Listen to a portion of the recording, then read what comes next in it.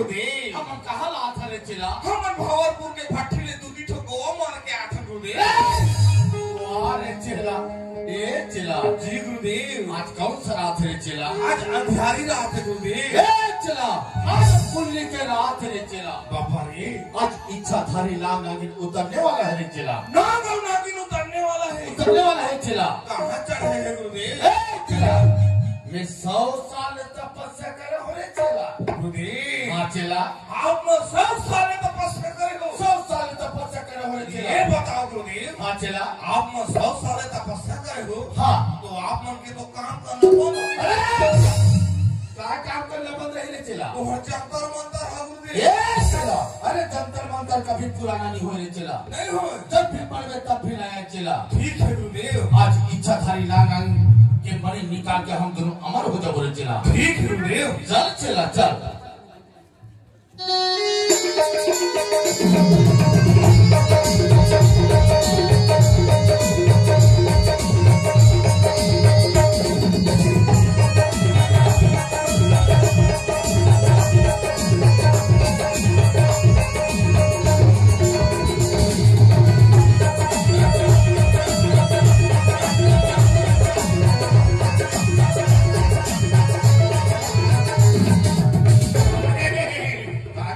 सांप के चुंदिल धारा है अरे सांप के चुंदी रही रे चिला साला कैसे त्याग है गुरुदेव क्या बात है रे चिला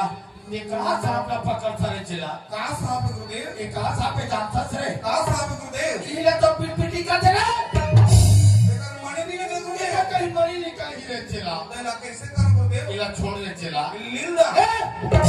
इला छोड़ लीले की नहीं हो रे चिला ठीक है गुरुदेव छोड़ चिला छोड़ चल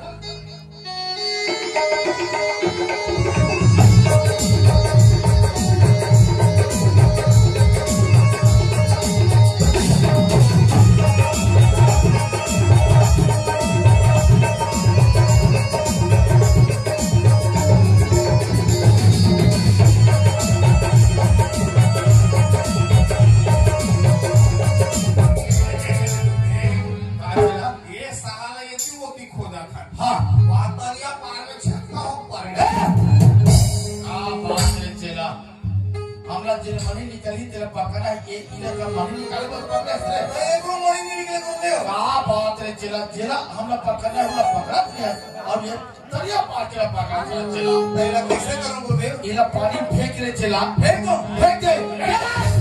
कहां फेंक दे चिला ये चिला ये दी पानी में क्यों रे चिला जी गुरुदेव ये चिला कब से मौसम चले क्या थस रे बब्बर दिले गुरुदेव बहुत दिन क्या थस रहा हाँ बोला ये बता रे चिला जी गुरुदेव कुछ मंत्र सीखे से चिला सीखे वो गुरुदेव सीखे से चिला हाँ आज तो परीक्षा है चिला मोर परीक्षा है तोर परीक्षा चिला ठीक है गुरुदेव आज मैं तोर परीक्षा आज मंत्र सुना तो चिला सुना था गुरुदेव सुना चिला एक दो दो 10 एक मंत्र चिला सुना था गुरुदेव सुनाना चिला तैनारी नाना मुन्नैनारी नाना साथ का तैनारी नाना मुन्नैनारी ये मंत्र सीखे से यही ला तो बता अरे तोरा रात से सिखाए ते मंत्र ले वो आधा रात वाला चिल्ला उभरा हो सिखाए देला कसम ना बता मेरे उखरा वाला बोला तो जाना था गुरुदेव बोला जला था हाँ वही मंत्र बता रे चिला सुना था गुरुदेव सुना चिला आला पाला गोंदिला पीने जाबो घोंघिला वो भोगिला का करबे घर में आके तरबो हाँ रांधो ला मखना में हाँ रांधो सांझ के चखना में ये मंत्र सीखे रे चिला यही ला बताया वो आने चिला बिन बजाया थे रे आखे गुरुदेव सुना तो बिल रे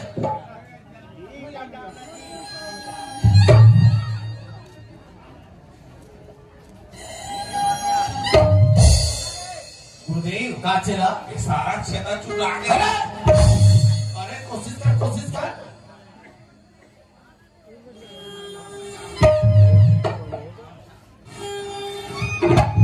गुरुदेव का चिला लखे मोर हवा छेदा अरे अब मुंह दहले तो नहीं बात थे का कैसे करबे और कंपू दहले कोशिश करो अरे चिला जैसे मैं बिन बजाऊं वैसे बजावे रे चिला ठीक बाकी अच्छा वाला पकड़ना है चिला अच्छा वाला पकड़ना हाँ चिला ठीक गुरुदेव चल चिला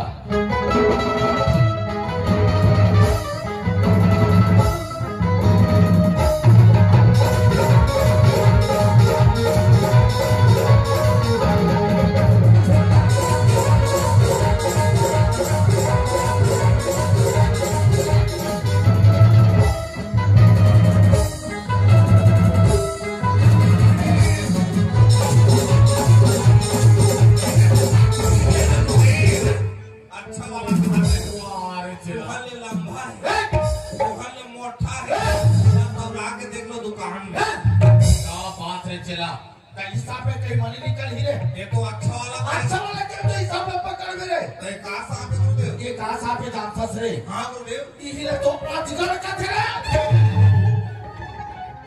गुरुदेव चला करम फाट के साला नील ने ये हमारे कुछ काम के नहीं रे चला। गुरुदेव हाँ चला भले आज काम नहीं पर है। हाँ जिसने ओरा पूजा खत्म होंगे हाँ हाँ जब का सगा पहुना काट के खवाओ ये चला खा के क्या बोले चला नहीं हो। बाकी आज बोलने की रात है चला। जी गुरुदेव। आज इच्छाधारी नाम नागिन उतरने वाला है चला। जी गुरुदेव। आज दोनों के मन निकाल के हम अमर हो जा बोले चला। ठीक है गुरुदेव। चल चला ध्यान रख चला। बिल्कुल गुरुदेव। चल चला चल।